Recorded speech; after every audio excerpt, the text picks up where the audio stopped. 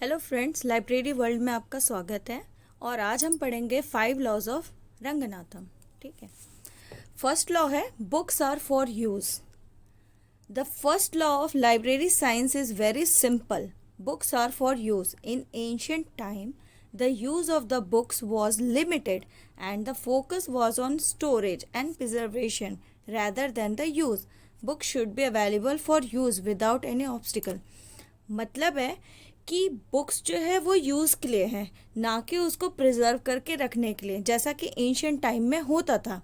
Books को preserve करके रख दिया जाता था, उसे संभाल के स्टोर करके रीडर्स को पढ़ने के लिए दिया नहीं जाता था। ठीक है।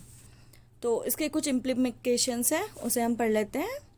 फर्स्ट है library location. The first law has several message for library work. The message is that it should be located at a central place where it is convenient to reach. The location should be as free from noise so that serious study should be done.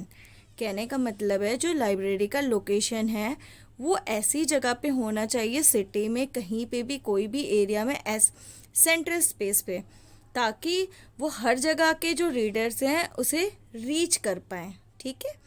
तो ताकि वो serious study कर पाएँ और कोई भी noise वहाँ पर ना हो सके। सेकंड है working hours. Library hours should be convenient to users. They should be kept open when there users are not engaged. मतलब जो लाइब्रेरी आवर्स है वो अकॉर्डिंग टू द यूजर्स रखना चाहिए लाइब्रेरी को, जैसे कि जो रीडर्स हैं उन्हें कोई भी प्रॉब्लम ना हो। जैसे स्कूल की अगर लाइब्रेरी है वो तो स्कूल के आवर्स पे ही अवेलेबल होगी। ठीक है। लेकिन अगर पब्लिक लाइब्रेरी है तो अकॉर्डिंग टू द पब्लिक, जब भी वो फ्री होते हो उस टाइम पे वो लाइब्रेरी को ओपन रखें। फिर है third library building and furniture. Library should have proper planning and furniture should be attractive and comfortable. ये बहुत इजी है। लाइब्रेरी की जो बिल्डिंग है वो प्रॉपर प्लानिंग से बनानी चाहिए और जो लाइब्रेरी का जो फर्नीचर है वो काफ़ी अट्रैक्टिव और कंफर्टेबल होना चाहिए। सो गाइज, ये था books are for use first law. अब मैं सेकंड लॉ बताने जा रही हूँ। ठीक है। तो अभी हम सेकंड लॉ स्टार्ट करेंगे। एवरी रीडर हिज और हर book. It means every reader of a library should have the books he wants.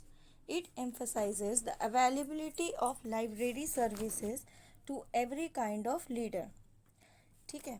तो इसमें जो लॉ है ये स्टेट करता है कि हर एक रीडर को उसके पसंद की बुक्स मिलनी ज़रूरी है। ठीक है। तो जो सर्विसेज है वो हर रीडर को, हर रीडर तक पहुँचे। मतलब कि हर एक रीडर को उसकी बुक मिलनी ज़रूरी है। ठीक है। तो ये जो इसका इम्प्लीकेशन है सेकंड लॉ का, ऑब्लिगेशन ऑफ द स्टेट। अब स्टेट की क्या रिस्पॉन्सिबिलिटी बनती है? It is an obligation of the state to develop and maintain a library system that is capable of providing adequate library services to the people. मतलब ये state की responsibility है कि जो लाइब्रेरी सर्विसेज है वो एडिक्वेट और प्रॉपर अमाउंट पीपल को मिले। ठीक है। और सेकंड जो ऑब्लिगेशन है वो है लाइब्रेरी अथॉरिटी के लिए। As far as the library authority is concerned, it's obligations, मतलब choice of books and choice of staff. कैसी टाइप की बुक्स आनी चाहिए लाइब्रेरी में, और स्टाफ जो है वो well educated and well disciplined होने चाहिए।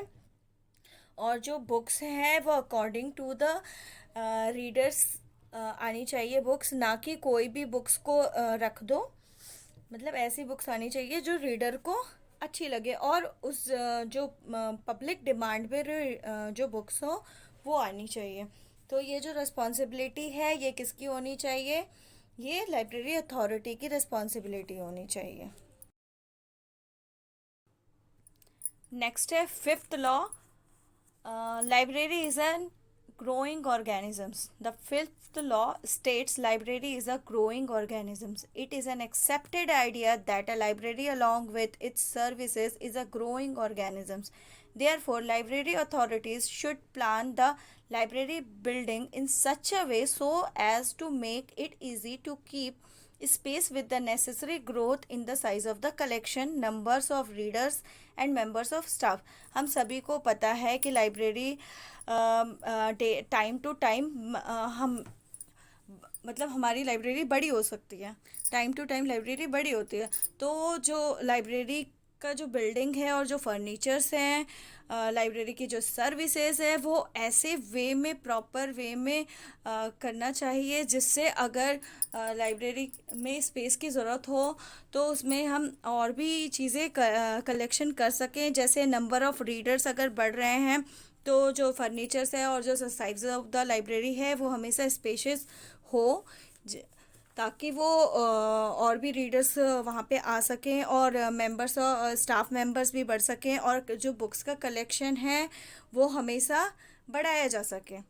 ठीक है, तो ऐसे कुछ इम्प्लीमेंटेशंस हैं, जैसे बुक स्टॉक है, रीडर्स है, स्टाफ है, क्लासिफिकेशन और कैटलॉग। में सबको पता है कि कॉल नंबर्स हम पेंसिल से लिखते हैं, अगर कॉल नंबर्स चेंज होता है तो उसे हम इरेज कर सकते हैं। तो रीडिंग ऑफ बुक्स, अगर रीडिंग ऑफ बुक्स करेंगे तो जो बुक्स अनयूज्ड हैं, जो यूज़ नहीं हो रही हैं, उन बुक्स को अगर रीड ऑफ करेंगे तो हम और भी नई बुक्स को ला सकते हैं और ये हमेशा बढ़ती रहती है लाइब्रेरी। इसीलिए कहा गया है कि library is an growing organisms.